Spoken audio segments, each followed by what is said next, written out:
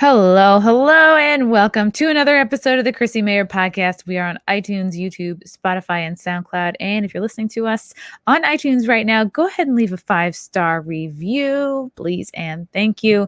Quick shout out to some of my stand-up dates. Actually, tonight, I will be performing at the Stress Factory in Bridgeport, Connecticut. And then this weekend, I'll be heading to the Jersey Shore, Point Pleasant Beach. I'll be performing with the Comedians of the Compound this Saturday, July 17th, I think at the Brunswick Mall, if I'm not mistaken, there in Point Pleasant Beach, New Jersey. And then I'll be headlining this coming Tuesday, the 20th at Jenks, right on the boardwalk there.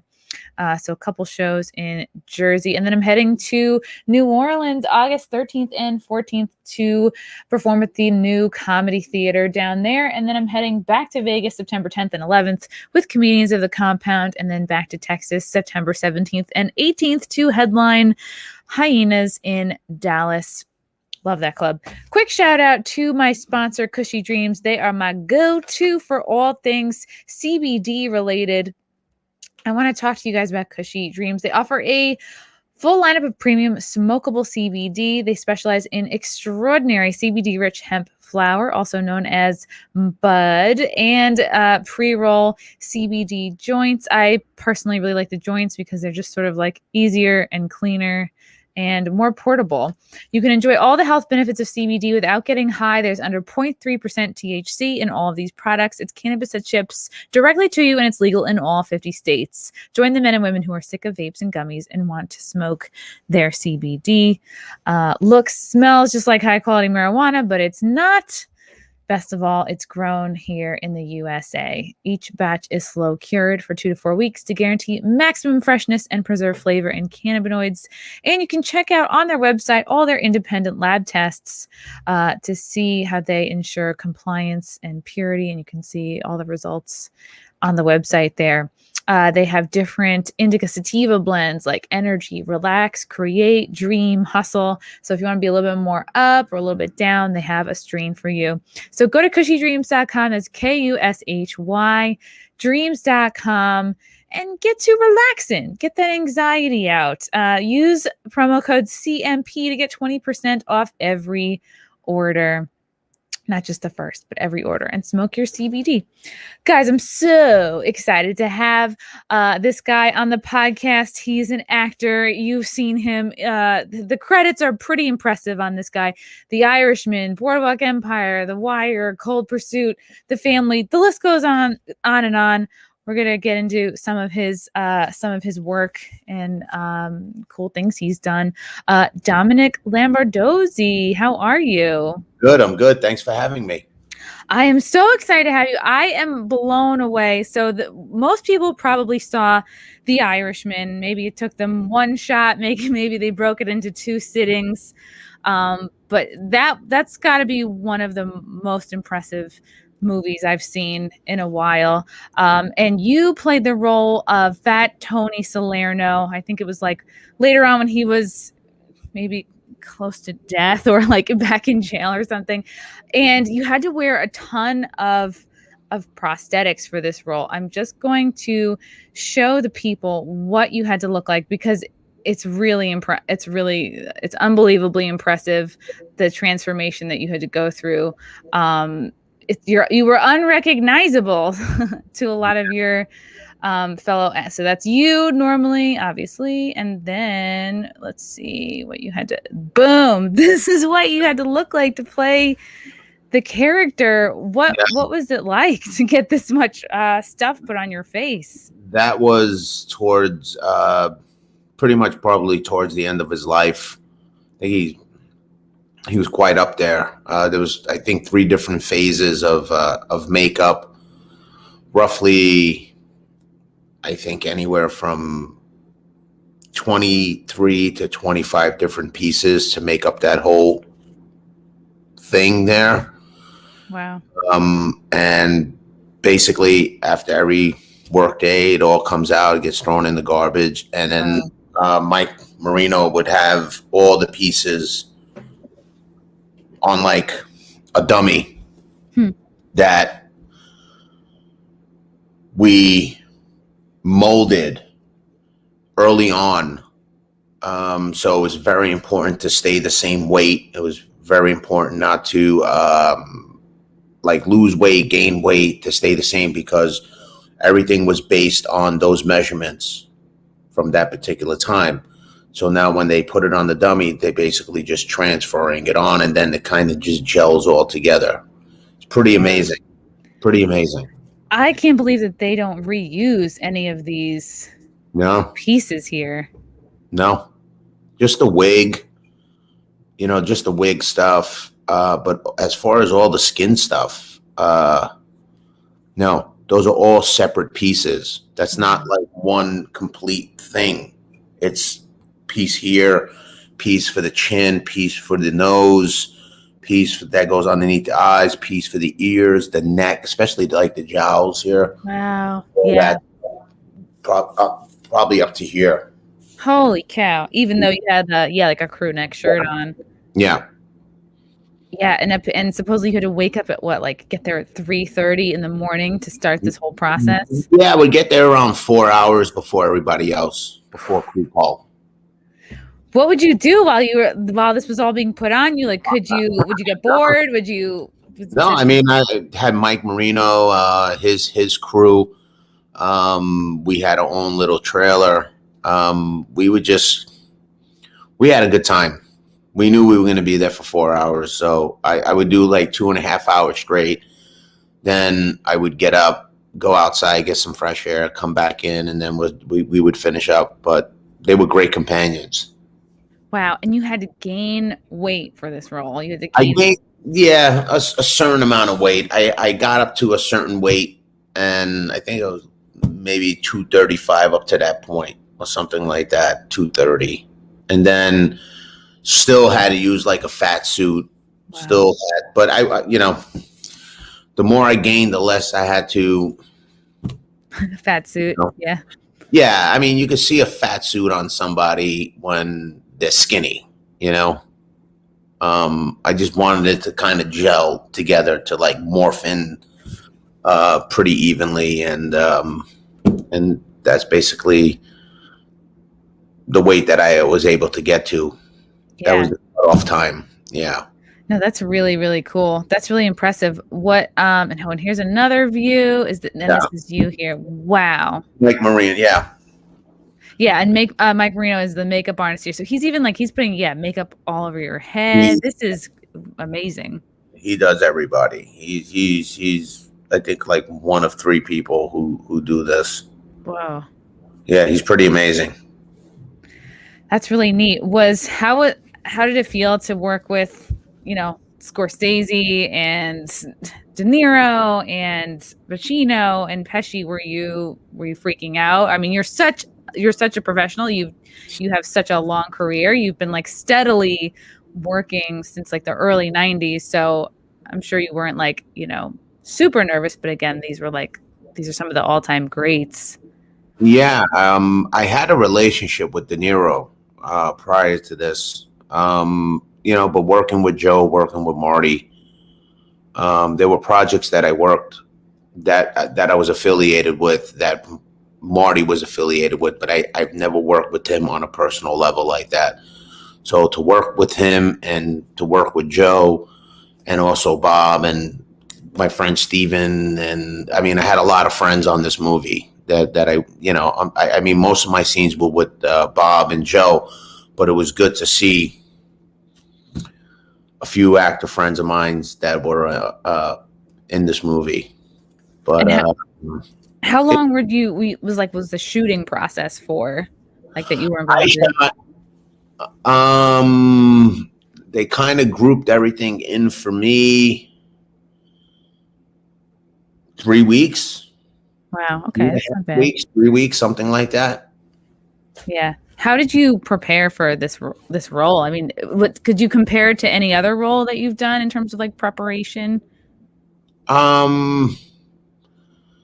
This, and when you're playing an actual person, it was important for me to get his mannerisms, to his temperament. I wanted to know how he sat in a chair, how he smoked a cigar, which he basically chewed, which got me freaking sick. Oh God! And then I also did I played Jack Maple on The Deuce, who was also a real person, and it was important for me to get, it's different. There's certain things that you want. There's certain, maybe the way they walk, maybe their their temperament, their voice, just something that like a hook that brings you back, and then part of you, and it kind of morphs into something. And you don't want to mimic somebody.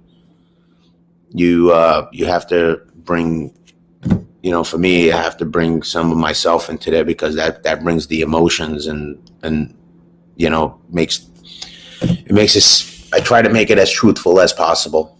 Because if you mimic somebody, I imagine it could possibly come off as like, I don't know, not condescending, but like less authentic or less genuine. Is that why you don't want to mimic?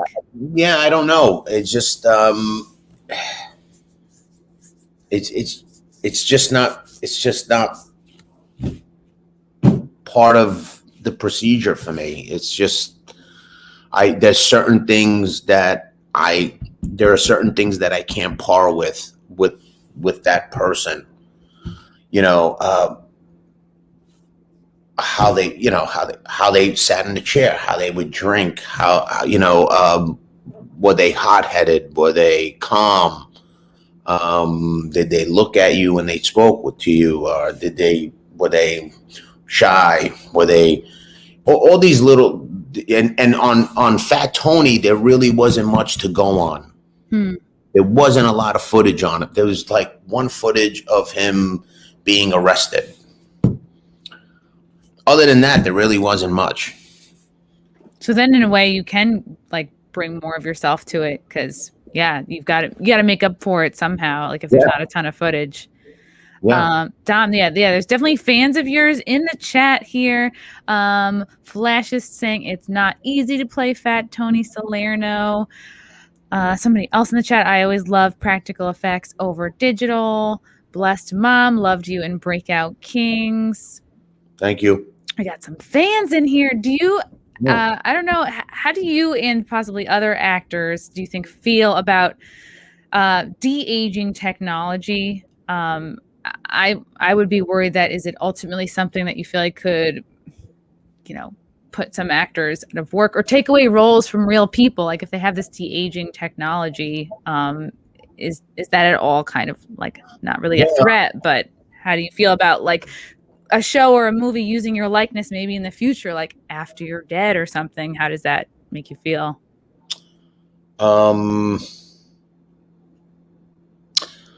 Is it taking jobs away? I'm not sure, but I still think there still needs to be a lot.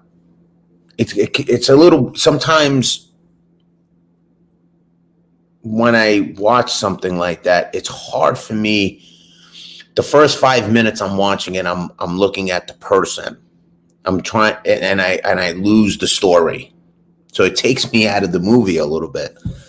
And then I'm looking to see that really does look like Kurt Russell 20 years ago, and I'm blown away. It doesn't bother me. I don't know. Will it take work away from? I don't know. I try not to really think of those things. Yeah.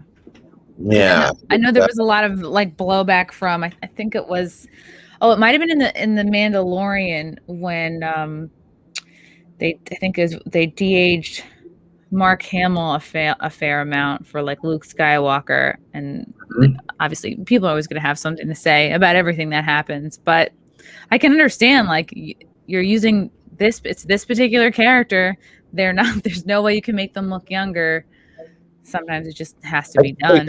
It's something else, it's like going from film to video. No one really shoots on film anymore, right? And now it's video, and you see the difference. I see the difference. That's an adjustment, and I think that this is another adjustment. I think if people bark enough, and the money will dictate everything, right? If things are not making money, they're gonna go away from it. But it doesn't bother me. I talked to a couple actors recently. They were more commercial, more like in the comedy world with commercial, maybe a little bit of TV stuff, but they were feeling like, oh, it's a really tough time to be like a white dude or a straight white dude. And in your experience over the span of your whole career, have you noticed any of that at all? Like, oh, it's tough to be a white dude now, or do you just? It seems like you just keep working. It's always been tough being Domenick Lombardozzi. I could tell you that. So I've always had to sing and dance for my food. So now is no different. I mean, are adjustments being made now? Diversity and everything. And yeah, I mean, things are different than they were 3 years ago before COVID. I mean, it's pretty obvious. So I think the pendulum just has to be in the middle where it should be. And then maybe they won't feel that way. But I've always, I always had a fight for every role, and so it's no different. It's no different for me.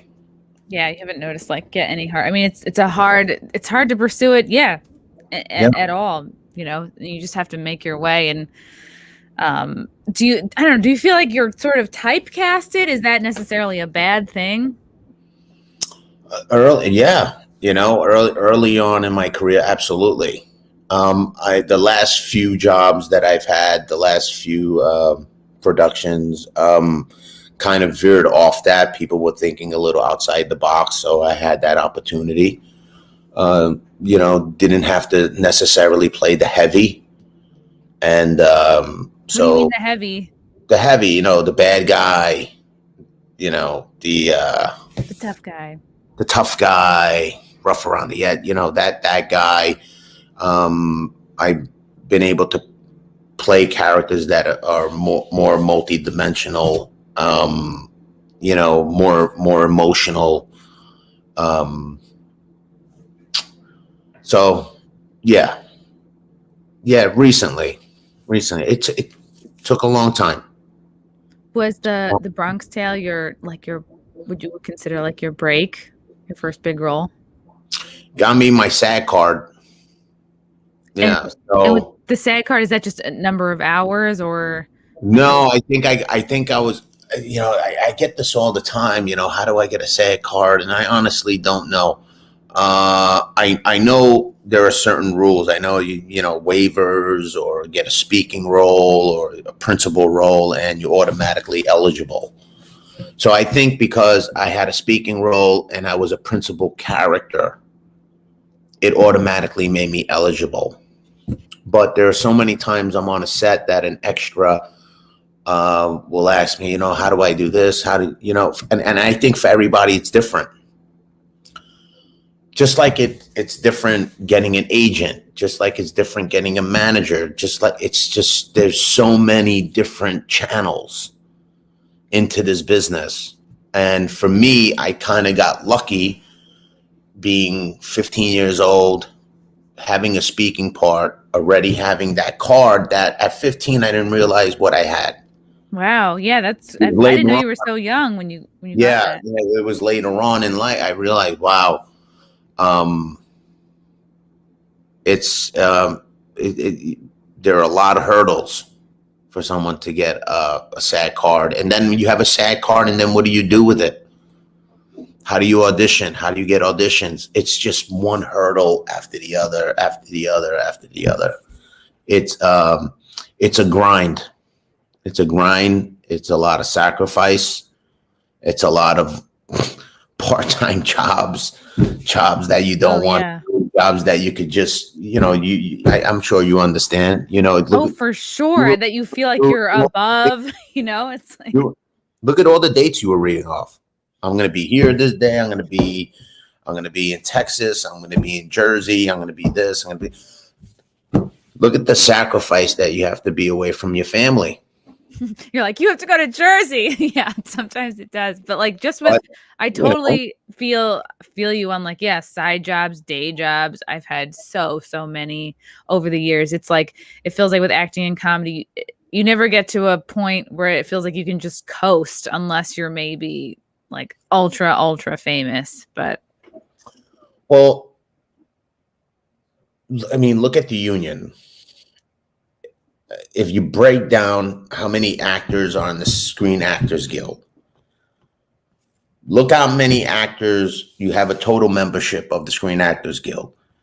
Look at how many actors actually work, actors and actresses who actually work. And then there's maybe that 5, 6, 7% that work occasionally. And then there's that 1, 2% that make crazy amounts of money, leads of movies, leads of shows, so the majority of the union doesn't work. Wow. Yeah. They're making coffees. Yeah. Well, I got Matthew Modine. He's running for Screen Actor Guild president. But I know whoever becomes the president of the Screen, things really need to change. What would you change? What's like? I think the whole streaming thing, insurance, the qualifications to get insurance. I think for the actors who don't work that much, there needs to find a way to take care of them. Actors depend on their residuals when they're not working. They depend on that. They live off that. They pay their bills with that. They feed their families with that. So now there are certain places where you work where you don't get residuals, and that needs to change. Right. It makes sense because it's still your work. It's still living on. Yeah. People are still enjoying it. I'm still trying to get my head around paying dues during a pandemic. Oof. When you couldn't work. Do they make everyone pay dues still?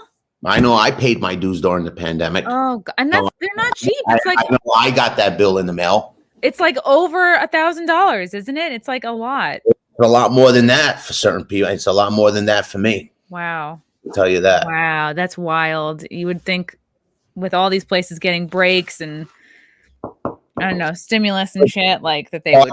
It's part of the hypocrisy, I guess. Who knows? I don't know. I ain't a politician. I'm not trying to be, and I could care less. But your industry, and the union, and what sticks out to you. No, I know there are people that are not being taken care of. I know that, and that needs to be addressed. Could someone like you run? Like, I don't know anything about it. I wouldn't want it. I wouldn't want it. It's not something that I'm not qualified to do something like that. You mentioned like this business is all about sacrifice. Like, what do you think has been like the biggest sacrifice? Time away from my family, friends,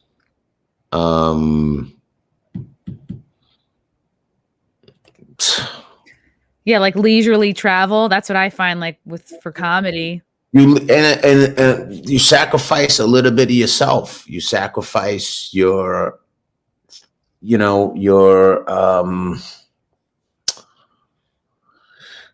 don't want to say your spirit, but you prepare for an audition, you prepare for a role, you there's just a lot of rejection. There's a strike against you as soon as you walk in the door. And it's rejection. And then boom, you get the gig and all that goes away. And then boom, you finish the gig and then you're right back at it. Back to the more rejection. Yeah. It's just like comedy. You're back in the race and you're swinging for the fences again.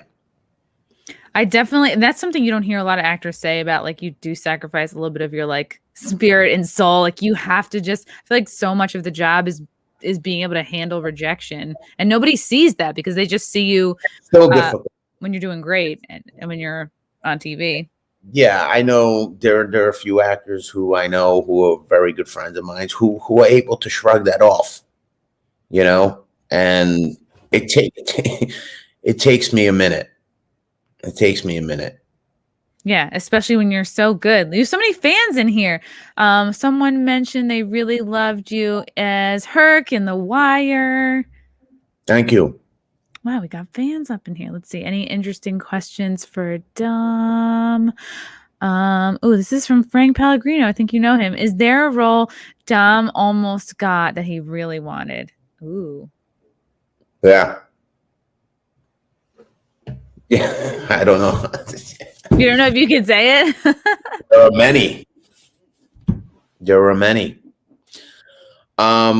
There's a difference between being offered a role and not taking the role, and then that role wind up being like blowing up and being it blows up.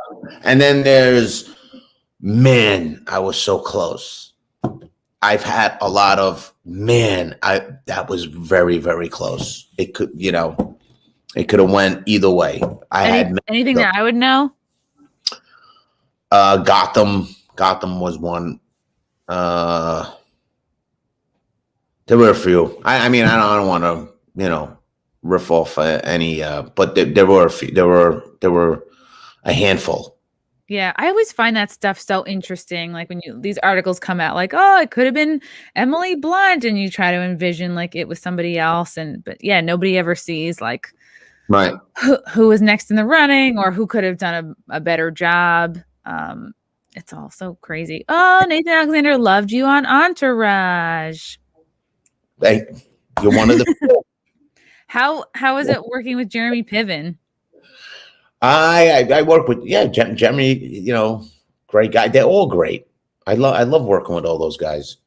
I consider them family and friends. They welcomed me. I mean, I had the character, and I expressed this with Doug Ellen and their podcast, the Victory Podcast, and all that. And but yeah, it was.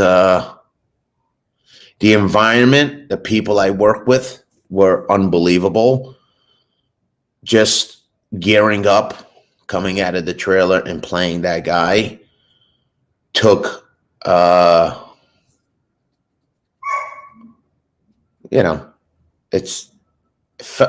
had to get my head around being that type of guy, being that bully, being like, part of it felt like a bully.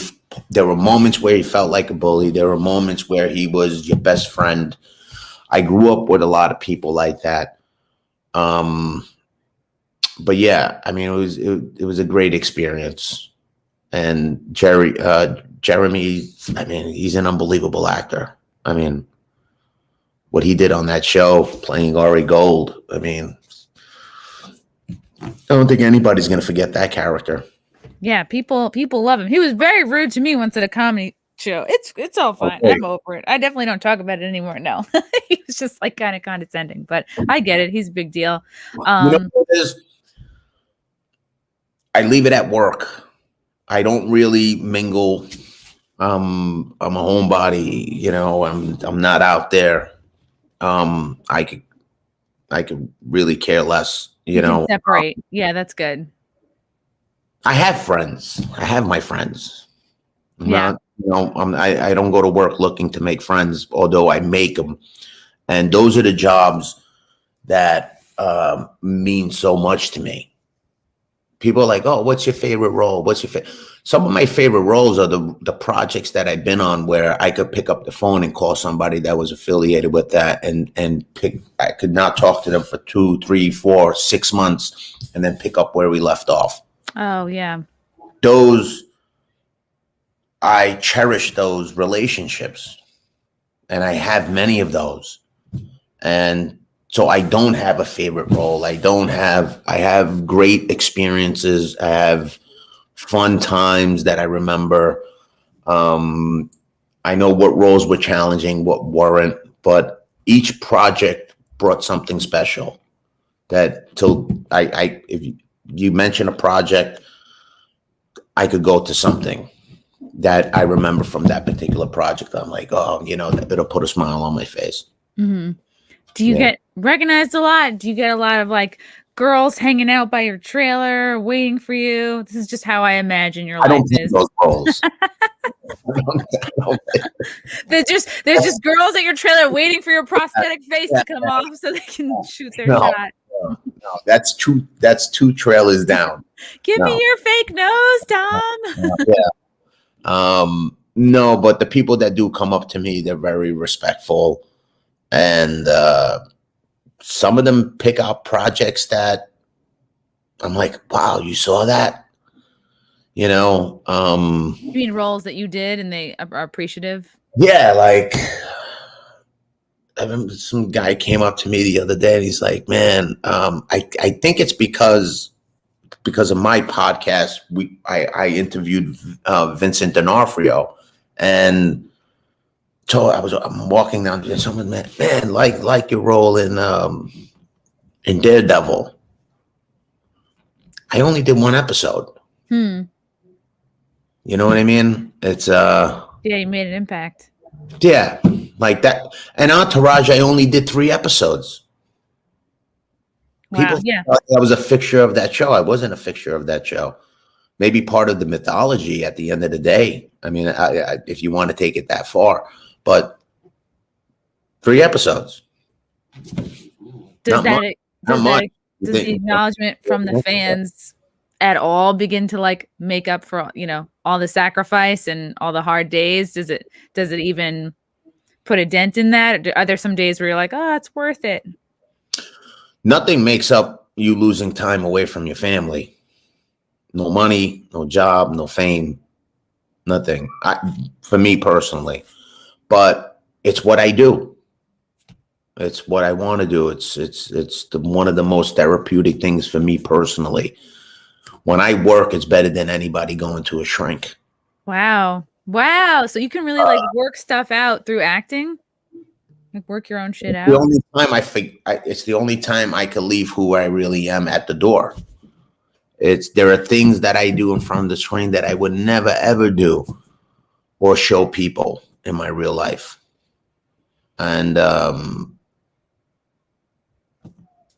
so for me, it allows me a freedom to express myself in ways that I still haven't been able to let myself loose in my everyday life, if that makes sense.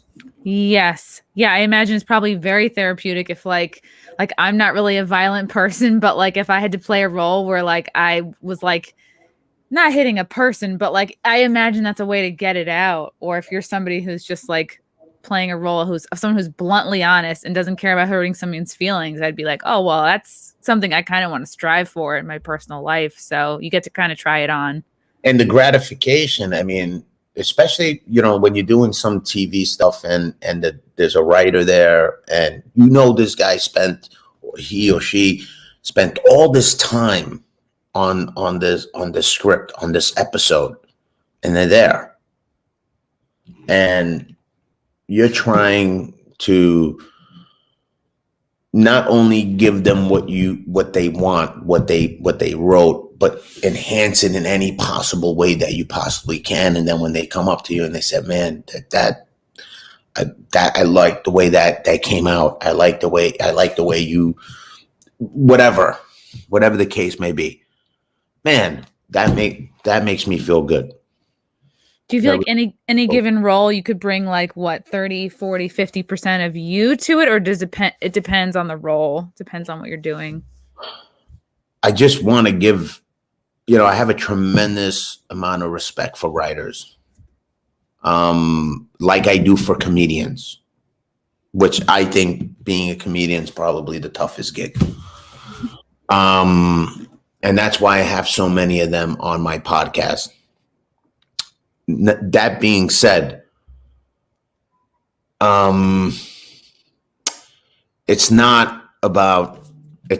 really not about me. It's me making a writer who I know the discipline that it takes to do that, which I don't have. I know that. And it's important for me to make them happy. Just like it is a director, going, doing a movie, or director, you trust them. You put your career, you put everything that you're doing in their hands. You're a sponge. You do your work, you do your homework, you come prepared, but at the end of the day, you trust them. Mm-hmm. And it's important for me to give those people what they want. Yeah, and do it justice, and make it come alive. Ooh, Greg here was a big fan of yours. Ooh, was great on Ray Donovan. Thank you, Greg. Wow, you've had the most fans of any live stream I think I've done in a while. You mentioned your podcast. Do you want to talk to us a little bit about your podcast? And you mentioned you have some comedians on. I know you're friends with Bill Burr and Paul Verzi. How did you get to be friends with them? Was it kind of? I had a few comedians on. I had Bill. I have to get Paul on. He's on. He's on the road all the time. He's doing his thing. I think he's getting ready for a show. I just had Joey Diaz, had Sebastian, Brett Hurst. Oh God, I hope I'm not missing somebody. It's okay. If you do, we'll just put him in. We'll put it in the notes. Yeah, we'll fix it in post. But yeah, I know I'm missing somebody. This is killing me right now. Killing me. Somebody in the Bill Burr world? Is it Stan Hope? Maybe Doug. Yeah, Doug. Had Doug. He's wild. He's a funny guy. He's great. Great. And he's an Aries. Are you an Aries too? We actually share the same birthday. March 25th. Wow. Yeah. Aries make for very good leaders. God, I don't know too much other than that. I used to date one and then I kind of blocked it out. Did you become friends with all these comedians like through different roles, or just like how did you get to be friends with so many comics? I just reached out to a few. Sebastian, I worked with Sebastian. I worked with Bill. I kind of Twitter hooked up with Joey Diaz, always been a fan of his. Brett, I know just from the business, and we have a lot of mutual friends. So yeah, I like to get Jim Norton on there. But Dominick's Den, Dom's Den, we had to change the name because people had a hard time spelling Dominick. So it's Dom's Den, and we put out a new episode every Wednesday on we put out a video on YouTube and then on Spotify, iHeartRadio, all that stuff.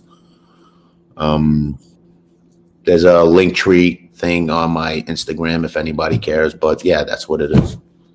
That's good. It's like you shorten the names because people have trouble spelling Dominic, but then do people confuse Dom's Den as like a dominatrix show? Yeah, which has always been a problem because a lot of people spell it Dominick or Dominic. It's really Domenick, obviously. But so we said, you know what, Dom's Den, nice, easy, yeah, that sounds great. Well, I could probably, I've worked with Jim Norton a couple of times. God, now I sound like this person who is dropping names. I'm not, but I just feel like you guys would be a natural thing because it seems like you tend to like the tell it like it is, like classic New York City. Yeah, I love. He's brilliant. He's so good. He's so good. And were you on The King of Staten Island as well? Yeah. That's how I met Bill. I had a great time on that, working with those guys. A lot of funny people on that, a lot of talented people. Oh yeah, in that movie. it looked super. I haven't seen it yet because I think the last time it was like I had to pay, and I was like, I'll just wait till it. But I might just have to. I don't think it's out free anywhere. I'll probably just have to rent it, and it's interesting. Like the splurge. Yeah, it's a splurge because like so many people I know are on it. It really warms my heart that to hear you say like how much you've missed your family over the years, because my dad was a Teamster and he got that growing up he was a landscaper, so he was like obviously it's hard work, and then he realized in his 40s like I can't, this isn't a job I can go into old age with.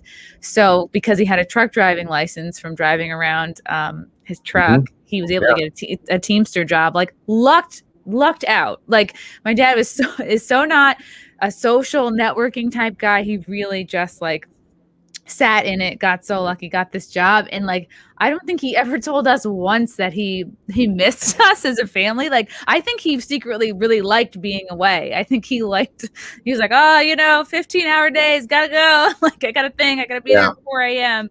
And I think he kind of liked the escape. But he did, say, oh yeah, it's such long hours. It's like, you got to hurry up and be there. And then you're waiting for hours. What I meant was more, so say your home is New York and you get a TV show. And so now your TV show, like for instance, The Wire shot in Baltimore.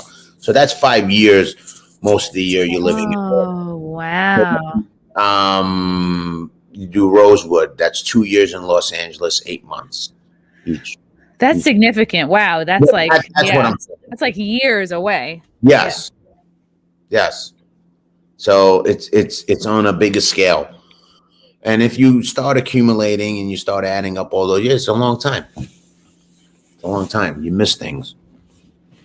But it's like, you're also bringing home the bacon. It's frustrating. Yeah. Wow.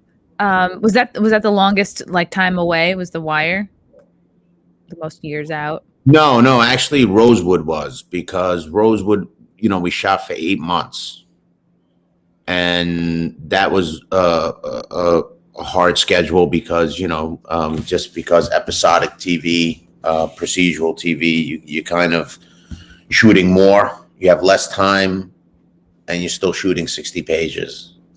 Whoa. The Wire, you had, we had to live in Baltimore, but I was able to dip out of there and come to New York. It's only 3 hours, whatever it is, 3.5 hours, 4 hours.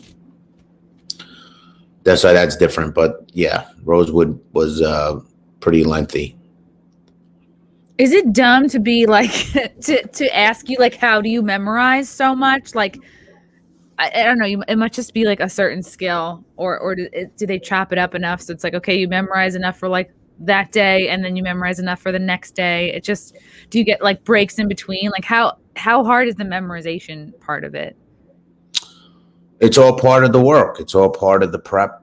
I usually look at the script. I look at the lines. I work them out, and then I usually work with a reader and just go back and forth, repetition. And then once I memorize the lines, then you get to know the lines. And then when you get to know the lines is when you can start playing. You're comfortable because you're not looking for the words. The words are there. So now you're worried, more about it's a bit, for me, it's a bit more visceral. I don't know what I'm gonna get because I don't know who I'm acting with. I don't know what that person's gonna bring that day. So I'm not really married to anything. I have a really big boundary. Are some directors and writers like more comfortable than improv than others? Are there some that just want no improv at all? Like, if you get the character. No. There are roles. There are certain productions where the writer and the showrunner, they want it word for word. Whereas in King of Staten Island, you're able to riff here and there. Even the Irishman. Oh wow. You know, there are certain TV folks who are really married to their words, and that's what they want. Can you remember anything from the Irishman that like an improvised line of yours that stuck or that they? The beginning of the scene, the first time meeting Frank Sheeran. Cool. Something, just riffing a little bit and then going into what was scripted. That's really like, cool. Like a prelude into what the scene was. Yeah. Wow. Yeah, you're kind of like revving up the engine, right? You're like getting ready. That's really cool though. That's awesome. Yeah. We have a question from a fan. Greg. Met Tom briefly in Westchester County many years ago. He asked me to move my car. Ask him if he remembers. These are the kind of questions I get. I asked him to move his car. Why would I ask him to move his car? Where? Yeah. I don't know. Isn't that funny, the things people remember? Were you blocking me? Maybe you were blocking him, Greg. Wow. I don't know. I think we discussed this a little bit. Question from Dexter. Dom's first movie, A Bronx Tale, how that came about. I think you said, you were 15. Yeah, it was an open call. Wow. And kept going for the auditions and got the part. Just like that, Dexter. Just like that. Oh, Kevin Burns, The Wire is an all-time great show. Somebody else had something. I don't know if this is relevant. I wore a fake body armor in the Army as they would hesitate to shoot me, but when shot, there was very little suffering. I don't want to be injured, only dead. Seen a few of The Wire, very good. Oh, I thought this was going to be more about your work in The Wire. Okay. It seems more just random. All right, taking that away. Cool. Oh, he said he was driving Jonathan Demme to... No, I don't know. No more questions. All right. Interesting. All right, cool. I was going to check through to see if anybody had any... Oh, were you on Blue Shield? Was that a show? No. Okay. No, I wasn't. Well, there you go. Mr. J. I will look into his work. As a couch potato, I'm offended by his wanting to work hard. Yeah. Yay. Well, that's what it takes, right? Because like you said, there's so many, most people aren't working. Most actors are. I'm not working. Yeah, I mean, I'm not working right now. I haven't worked. I understand that whole thing. You know, it's just when the time is right, it'll happen. Are there, like, I imagine, like, peaks and valleys, man, peaks and valleys. Yeah. Do you have like an agent who is like looking for you, or do you have to be constantly looking? Of course. Yeah. That's good. It's good to have people. Oh yeah, somebody before had a question. Like, was there ever a role that you had to like get in much like better shape to do? No. Okay. No. Just make myself look worse than what I am. You're like, I look so good. I have to turn it down a few notches.